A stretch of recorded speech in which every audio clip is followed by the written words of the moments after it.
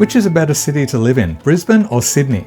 Well, a lot has changed over the last couple of years that affects the quality of life and the way we enjoy the cities we live in, so I figured it was time to do some comparisons of Brisbane with other cities both in Australia and around the world. I'm going to be looking at things like the cost of rentals or buying a home, fuel prices, public transport, entertainment and groceries, and also things like employment opportunities and salaries that you can expect in each city. Also other things that affect lifestyle like the climate and the general vibe of the place. And I'll also compare crime rates and university rankings. For this first one in the series, I've decided to compare Brisbane and Sydney since I've both called them home for different chapters of my life. Definitely let me know which city you'd like me to compare with Brisbane in the comments, and be sure to subscribe so you don't miss out when I do make that video. The people supporting the Brisbane channel as members will then vote on which one I make next. A special thanks to everyone supporting the channel, especially our elite contributors Flying Beardman and Darby Royal, and our new insider NGC6543. Whichever city you choose, you're going to need somewhere to live, and both cities are among Australia's most expensive, both to rent and to buy. The median rent in Brisbane is $649 a week, and Sydney is $121 higher at $770 a week. But one important thing to be aware of is that we're in the midst of a rental crisis, and the rental market at the moment is extremely competitive. The vacancy rate in Brisbane in May 2024 was just 1%, while Sydney's vacancy rate was 1.4%. So you have more chance of getting a rental in Sydney, but it'll likely be costing you a lot more. If you're looking to buy a home, Brisbane is now the second most expensive city in Australia. The median house price, based on the most recent data, is just under $850,000, while in Sydney, Australia's most expensive city to buy a home, the median price is almost $1.16 million. The price difference is more obvious with standalone houses opposed to units. In terms of utilities, electricity will cost a medium-sized household an average of $170.83 in Brisbane each month, and the same household will spend about $9 a month more on power in Sydney. So which city are you more likely to find work in, and how much can you expect to earn? Well, it really depends on your industry. If you're in healthcare and social assistance, Brisbane may be the place for you, as that's the industry sector that employs the most people here. Other top industries in Brisbane are professional, scientific and technical services, and education and training. Feel free to pause the video here to find where your industry fits in. In Sydney, almost 1 in 4 people work in professional, scientific and technical services. And that, plus financial and insurance services, make up nearly half of all positions in the city. This chart makes a comparison between the two cities clearer. So what about salary? Of course it'll vary by the position and the industry, but as a guide, the median weekly salary in Brisbane is $1,347 a week, and in Sydney it's $1,400 a week. At least those were the medians in August 2023. But salaries are irrelevant if you can't find a job, so which city has the higher unemployment rate? There's not a major difference between the overall unemployment rates in Brisbane and Sydney, but when you break it down to smaller areas, you'll see there's greater disparity within Sydney. The areas with unemployment rates below 3% are generally more affluent and more expensive to live in. Whether you're looking for a job or already working or studying, you're still going to need to get around the city, so let's look at public transport. Based on a survey by Transurban, in 2023, around 2 out of every 3 trips commuting to work or study in Brisbane were by private transport. About a quarter were by public transport, and 8% were by active transport, things like walking or cycling. In Sydney, fewer people drove and far more took public transport. Active transport use was similar to in Brisbane.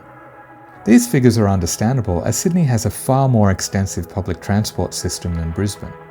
A downside of Brisbane's large geographical area and low population density is that it's very difficult to service efficiently with public transport, and the cost of public transport in Brisbane has been among the world's highest. But that's about to change. The Queensland Government is trialling new public transport pricing for 6 months from August 5th. From that point, all journeys will be capped at 50 cents. So in comparing the public transport in Brisbane and Sydney, I'll be looking at the current and trial period prices. Prices in each city are calculated differently. In Brisbane, it's based on zones, while in Sydney, it's based on distance. Until August 5th, a trip from Altandi into Brisbane City by train will cost you $4.34 in peak time and $3.47 off-peak. It costs the same by bus. After August 5th, it'll cost 50 cents. A similar distance, taking a train from Homebush into Sydney City, will set you back $4.97 in peak time and $3.47 in off-peak. By bus, the same trip costs $5.33 in peak hours and $3.73 in off-peak. So until the 5th of August, public transport in Brisbane is slightly cheaper than Sydney, but after the 5th of August, it'll be much, much cheaper. If you're driving, petrol prices are not massively different. When I checked on the Petrol Spy app, Brisbane fuel ranged from 165.4 cents per litre to 219.9 cents per litre, while in Sydney it ranged from 169.9 to 229.9 for unleaded 91. But what about the cost of groceries?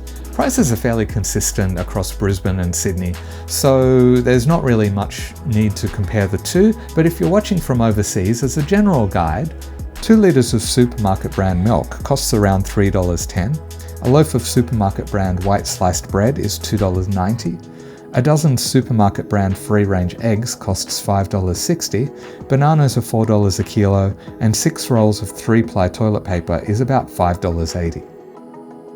As for entertainment, it's generally more expensive in Sydney.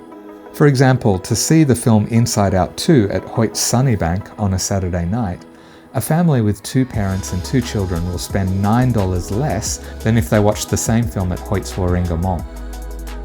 How about crime rates? It's difficult to compare the two cities like for like because each state categorises crime slightly differently. But for this table, I've tried to match equivalents. I've also adjusted the Sydney figures to make them proportionate to Brisbane based on population. Surprisingly, crime rates over 12 months up to March 2024 were higher in Brisbane for more categories than for Sydney, once adjusted for population. Many people watching this may be planning to study at university, so how do Brisbane and Sydney compare in that area? Looking at a few university ranking systems for 2024, Sydney has between 2 and 4 in the top 200 globally, while Brisbane only has 1. So far we've seen a bunch of facts and figures, especially about the cost of living in Brisbane and Sydney, but there's some other more subjective things that you should consider when choosing which place to live. Like, what kind of weather do you prefer? Looking at the monthly average maximum temperatures, Brisbane is generally a degree or 2 warmer than Sydney year-round. But that's the average maximums. Looking at the record highs will better prepare you for how hot it can get on individual days. Brisbane and Sydney can get as hot as each other in summer, but Brisbane can be much warmer in winter, which is when the temperature differences are more pronounced. For average minimums, the trend is similar to maximums, but at night time, surprisingly, Brisbane's record lows are lower than Sydney's. If you like more defined seasons, then Sydney may be better for you, but if you prefer warmer weather year-round, then maybe Brisbane. But if you can't handle heat and humidity well, then Brisbane may be a bad choice for you. One thing to keep in mind also is that these temperatures are for the downtown areas of Brisbane and Sydney, and temperatures get more extreme the further inland you go in each city. But let's look at the local culture and vibe of each city. Brisbane has a much lower population density, about 171 people per square kilometre, compared with much more than double that in Sydney. And it's a more relaxed, laid-back kind of city than Sydney, which is quite busy and fast-paced. Both cities are multicultural, but Sydney is far more multicultural than Brisbane. Looking at country of birth in the 2021 census, 68% of Brisbane residents were born in Australia, compared with 57% of Sydney-siders. And around 3/4 of all Brisbane people were born here or in New Zealand or England. That's far less diverse than the same proportion from Sydney, from here, China, India, England, Vietnam, the Philippines, New Zealand, Lebanon, and Nepal. Yes, there are a lot of different cultural groups living here in Brisbane, but it's not as much of a diverse blend as Sydney. A more multicultural community means greater availability of more diverse cuisines and other cultural activities. So if that's your thing, Sydney has the advantage. Sydney also has more of a beach culture, as there are endless great surfing beaches, while Brisbane's coastline is predominantly mudflats and mangroves. When it comes to trading hours, both cities share similar Australian characteristics. Most cafes open quite early, but the average closing time is around 3 p.m, both in Brisbane and Sydney. You can see from the opening times of these two Westfields shopping centres that retail trading hours are also somewhat limited by international standards, or at least compared to cities I've lived in. This video is a deeper look at Brisbane's trading hours, and this one is great if you're thinking of moving to Brisbane. And don't forget to let me know which city, either Australian or international, you'd like me to compare Brisbane with, and I'll see you in the next video.